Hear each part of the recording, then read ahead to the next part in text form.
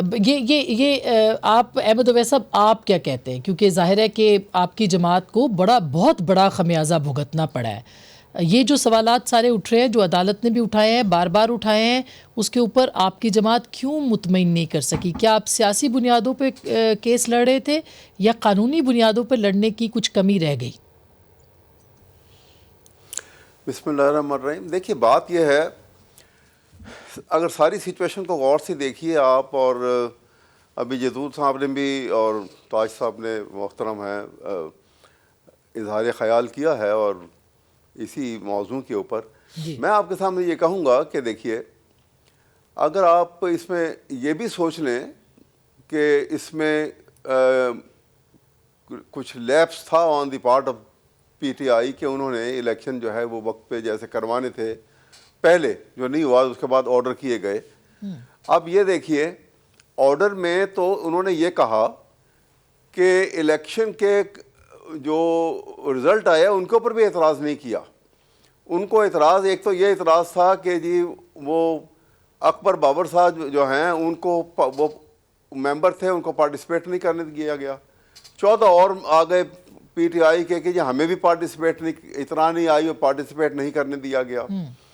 और उसके बाद जो सूरत हाल ये हुई कि एक और जो इलेक्शन कमीशन ने जो इनके ऊपर एलिगेशन और इल्ज़ाम लगाया, वो बुनियाद बनाया जिसको, वो ये था कि ये जो चीफ इलेक्शन कमिश्नर अपने इन्होंने कॉन्स्टिट्यूशन के मुताबिक जिसको अपॉइंट किया था, वो he was not properly constituted by the competent authority.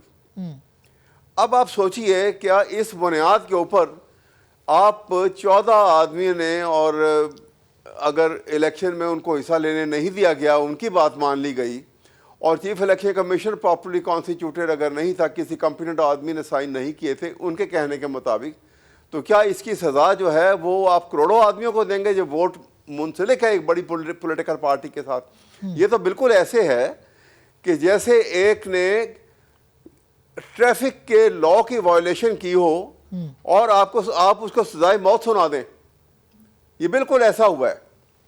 आप देखिए कि बड़ा आसान तरीका था कि अगर ये ट्रैफिक सिग्नल तोड़ने वाला कहते हैं कि जी मुझे हिस्सा लेने नहीं दिया गया, 14 आदमी कहते हैं हिस्सा नहीं लेने दिया गया, तो इलेक्शन के आप ऑर्डर कर देते हैं कि ये इलेक्शन जो है ये होंगे इलेक्शन सिंबल में, और soon after the election inter party election में इन सबको पार्टिसिपेट करने के बाद हक दिया जाएगा कि ये इलेक्शन लड़े।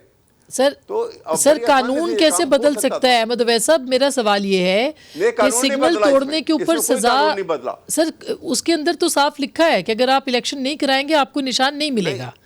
उस कानून को बदला जा सकता था ना? ये देखना है कि आपने जब सुप्रीम कोर्ट में मैटर जाते हैं ना, तो सुप्रीम कोर्ट सब्सटेंशियल जस्टिस की तरफ जाते हैं। आर्टिकल 187 जिसका हवाला जतून साहब ने भी दिया, उसमें लिखा है कि सुप्रीम कोर्ट के पास ये अथॉरिटी है और जुरिस्डिक्शन है कि वो कंप्लीट जस्टिस की तरफ चला जाए, सारा मैटर टेकअप करके। देखें ना, जज जो है ना, कहते हैं justice is blind but not the जज। मुल्क में हालात क्या जा रहे हैं, एक बड़ी पॉलिटिकल पार्टी है, अगर एक लैप्स हुआ है तो उस हद तक उसको आप सजा देंगे, उसको फाइन कर देंगे, उसको कुछ करेंगे, but you cannot put any restrain के वो इलेक्शन में पार्टिसिपेट ही ना करें। सर कानून कहता है कि आप अमल करें और आप कहते हैं जज अमल करे। सर कानून तो पार्लियामेंट ने बनाना था ना, पार्लियामेंट ने क्यों तब्दील नहीं किया कानून? नहीं, मेरी बात नहीं, जो कानून बन चुका है सुनिए आप जी। आप 1999 Benazir Bhutto case, 88 supreme court, फिर again 89 supreme court Benazir Bhutto case, ठीक, जिसमें इलेक्शन सिंबल ही का इशू था, और सुप्रीम कोर्ट ने इन दोनों में यह होल्ड किया कि इलेक्शन सिंबल के जरिए पॉलिटिकल पार्टी का ये राइट स्नैच नहीं किया जा सकता कि जिसके पीछे करोड़ों लाखों आदमियों का राइट जो है अटैच है, फंडामेंटल राइट, उसको आप नहीं, यानी आर्बिट्रेरली किसी को यह हक हासिल नहीं है किसी एक अदारे को कि वो आर्बिट्रेरली वो हक उनसे स्नैच कर ले। अच्छा, कैटेगोरिकली होल्ड किया है सुप्रीम कोर्ट ने। मैं सर ये आपका वैलिड पॉइंट है बेनजीर भुट्टो केस के ऊपर ये देखना पड़ेगा कि इसके अंदर भी होल्ड हुआ है। जी ठीक है सर।